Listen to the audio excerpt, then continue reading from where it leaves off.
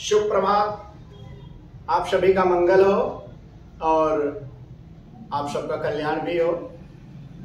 भगवान आप सबको यश, लाभ, यश, विद्या, वैभव प्रदान करें, ऐसी शुभकामना करते हुए भगवान आशुतोष की शरण में आज बैठा था तो विचार आया, पुराण पढ़ रहा था, अध्ययन कर रहा था तो विचार आया कि हमें जो है कर्मों में कुछ ऐसे कर्म होते हैं जिसे हम करते तो अच्छे के लिए हैं, पर सामर्थ्यवान होने के कारण कई बार उस कर्म को करते हुए उसका फल हमें विरुद्ध प्राप्त होने लग जाता है। इस पर हम ध्यान नहीं देते और जब ध्यान देते हैं, ज्ञान आता है, तब तक ये लगता है कि यार बहुत देरी हो गई। तो इसीलिए आज मैं कुछ पढ़ रहा था तो मैं कहा चलो आज भगवान श्री हरि के, नारायण के, भगवान शाम सदा शिव के पास हूं तो आज आप सबसे जो है एक बार कुछ वार्तालाप करूं, आप लोगों की जानकारी के लिए कुछ प्रेषित करूं। तो आज का मेरा जो मुख्य विषय था आप लोगों के साथ संपर्क में पहुंचने का, जुड़ने का, तो यह मेन विषय ये था कि हम आजकल भंडारे में भोजन करने जाते हैं। सभी लोग नगरों में भंडारा होता है, गांव में हो जाता है, मठ मंदिर पर होता है, धर्मशाला में होता है, या कुछ अतिशय भगवत प्रिय भक्तजन, सुविधा संपन्न भक्तजन उसका आयोजन करते हैं, जिसे हम भंडारे के रूप में प्रसाद छकना, प्रसाद लेना, भोजन करना, प्रसाद ग्रहण करना इत्यादि नामों से वर्गीकृत जानते हैं। तो ऐसी स्थिति में आता है कि भंडारे का भोजन हमें क्यों करना चाहिए, क्यों नहीं करना चाहिए, उसके गुण दोष क्या हैं, ये प्रश्न आता है। मुख्य प्रश्न ये आता है कि क्यों नहीं करना चाहिए। जैसे हम बैठ के पढ़ रहे थे तो एक जिज्ञासु सज्जन आए तो उन्होंने कहा महाराज जी भंडारे का भोजन क्यों नहीं करना चाहिए। तो मैं कहा बात तो आपकी ठीक है, चलिए मैं आपको उत्तर दे देता हूं। तो मैंने उस सज्जन को समझा दिया। तो मैंने कहा कि भाई ये तो सबके तक जाना चाहिए ये विचार, तो इसलिए मैं यह वीडियो जो है बना रहा हूं और आप लोगों तक पहुंचाना चाहता हूं।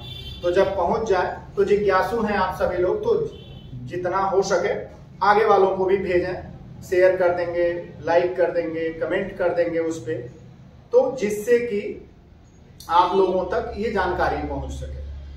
तो मंगल शुभकामनाओं के साथ आगे बढ़ते हुए इसके प्रसंग आते हैं। प्रसंग ये आते हैं कि आप ध्यान देंगे तो देखेंगे कि प्रथम तो हमारे भारतीय और सनातन सांस्कृतिक परंपरा में दान का बहुत महत्व है और दान में भी अन्नदान का विशेष महत्व है। अन्न, जल, इसका दान बहुत ही व्यापक और महत्वपूर्ण फलदायी कहा जाता है।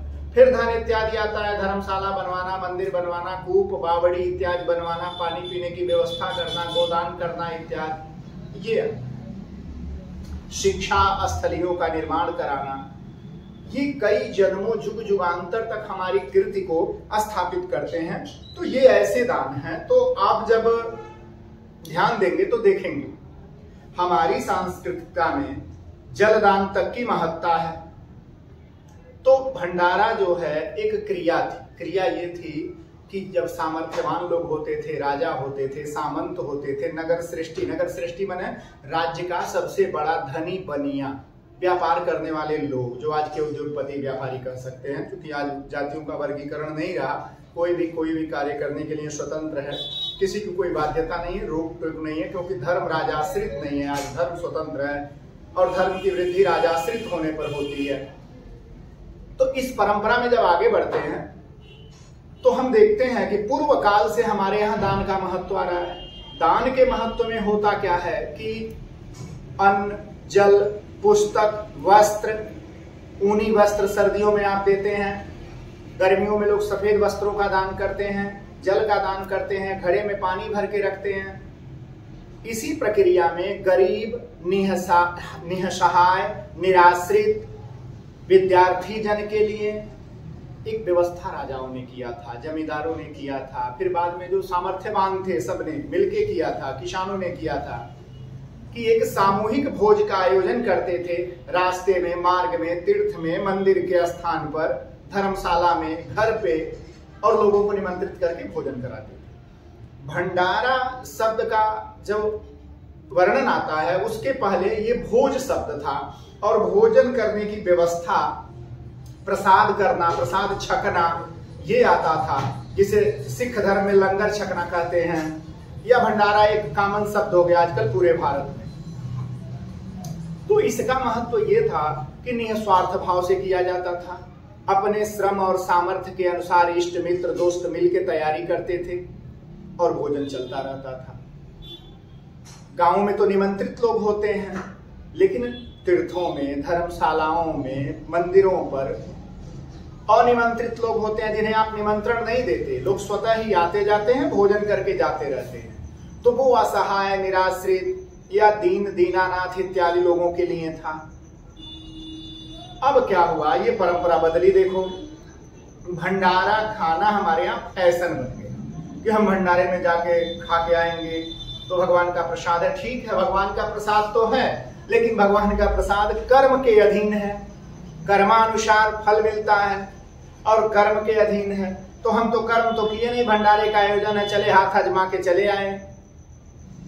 ये कहीं से उचित नहीं है, शास्त्र इसका समर्थन नहीं करता है। इसीलिए शास्त्र ने कहा कि कहीं तुम वहां जाके और सामर्थ्यवान होते हुए भी भोजन करके किसी दूसरे का मार्ग तो नहीं अवरुद्ध कर रहे हो। क्यों, दोष क्यों लगता है? तो ये आपको बता दूं कि धीरे धीरे ये भंडारे की जो प्रक्रिया थी वो उत्तर भारत से लेकर दक्षिण तक फैल गई, पूर्व से पश्चिम तक फैल गई, हिमालय से समुद्र तक चली गई, और अब तो बाहर दुनिया के देशों में पहुंच गई। भंडारे की प्रक्रिया ये सामान्य नहीं, अब असामान्य स्तर तक ये जा चुकी है। इस भंडारे का क्या हुआ कि यह परंपरा आजकल लोक में भंडारे के लिए क्या हुआ, सब जाने लग गए। सामर्थ्यवान लोगों के लिए था कि सामर्थ्यवान आयोजन करता था और असमर्थ लोग जाके भोजन करते थे। सामर्थ्यवान व्यक्ति भी भंडारे में भोजन करना शुरू कर देता है, परिवार के लिए उठा के लेके जाने लग जाता है, तो अन्न देवता रुष्ट होते हैं और उन्हें रोग या रुग्णता का भाव प्राप्त हो जाता है। इसलिए कहा गया है शास्त्रों में कि किसी सक्षम, सामर्थ्यवान, संपन्न व्यक्ति का भंडारा खाना जरूरतमंद का हक मारने जैसा है। इसलिए कभी भी यह गलती मत करें। आप सामर्थ्यवान हैं, संपन्न हैं, कार्य करते हैं, परिश्रम करते हैं, धन कमाते हैं, तो उसका सदुपयोग करने का अवसर मिला। मान लेते हैं आपसे धन नहीं छूटता आपके हाथ से, आप भंडारे में घी लेके नहीं गए, चावल लेके नहीं गए, कुछ लेके नहीं गए, तो नहीं गए तो कोई बात नहीं। वहां बहुत सारे ऐसे कार्य हैं जिनको आप करके और पुण्य अर्जित कर सकते हैं। कैसे? तो आप जो है भंडारे में सामर्थ्य है, धन छोड़ सकते हैं तो धन दे दीजिए, अन्न जल लेके जाइए, दूध दही लेके जाइए, शक्कर लेके जाइए, गुड़ लेके जाइए। कुछ नहीं कर पा रहे हैं तो वहां भोजन परोसिए, पत्तल उठा लीजिए, सफाई का ध्यान रख लीजिए, लोगों को बैठने का आसन बिछा लीजिए, पात्र धुलवा लीजिए, भोजन के निर्माण में सहयोग कर लीजिए। ये आपको बहुत पुण्य प्रदान करता है, बहुत ज्यादा इसका लाभ मिलता है। शरीर से श्रम और कर्म भी हो लेते हैं और शरीर परमार्थ में काम आ जाता है। ये मूल तत्व होता है भंडारे का आयोजन करना और वहां सेवा करना। सेवा वृत्ति ही हमारा पुण्य का मूल स्रोत है, अकर्म नहीं, कर्म। इसलिए मैंने कहा कि कहीं आप गलती तो नहीं कर रहे हैं। हो सकता है हमारी बातें आपके समझ में धीरे से आए, लेकिन आएंगी जरूर। आप अन्न, जल, धन इत्यादि सामर्थ्यवान होते हुए भी नहीं दे सकते तो अपने स्वयं के परिश्रम के द्वारा पुण्य अर्जित करें। जहां भी अवसर मिले, जहां भी संभव हो तो जरूर करें। तो भंडारे का जब भी आयोजन हो तो सिर्फ भोजन करने के, अन्न ग्रहण करने की नियत से मत जाएं। वहां साधु, सन्यासी, विद्यार्थी, महात्मा, पथिक, भटके हुए पथिक, जो मार्ग भूल गए हैं तीर्थों में, असहाय लोग, निराश्रित लोग, पागल, ऐसे लोग आते हैं तो उनको जरूर भोजन कराइए, ढूंढ ढूंढ के भोजन कराइए, उसका आपको बहुत पुण्य प्राप्त होगा। स्वयं को मार्ग में मत अवरोधित करिए, स्वयं के शरीर के द्वारा सेवा करिए और जितना हो सके सहयोग करिए, लोगों को प्रेरित करिए कि आप ऐसा आयोजन अगर करते हैं तो हम आएंगे, लोगों को प्रेरणा दीजिए, करिए जरूर। तो ये मैं जनाना चाहता था आप सबको कि भंडारे में भोजन करने से बचना चाहिए, सामर्थ्यवान है तो इसलिए अब ये वीडियो आपको कैसी लगी इसके लिए जरूर कमेंट करिएगा आप लोग, और संतुष्ट हुए कि नहीं हुए लाइक जरूर करिएगा, सब्सक्राइब कर दीजिएगा आप लोग। और अगली वीडियो तो मैं पुराणों से लेके आऊंगा, पितरों के ऊपर लेके आ रहा हूं जल्दी, उसका मैंने जो है अपना शोध तैयार किया है, तो उस पर मैं जल्दी ही लेके आऊंगा आप सबको। बहुत बहुत धन्यवाद, आप लोगों ने पूरा देखा सुना हमको, इसके लिए बहुत बहुत धन्यवाद, बहुत बहुत साधुवाद। हर हर महादेव शंभो।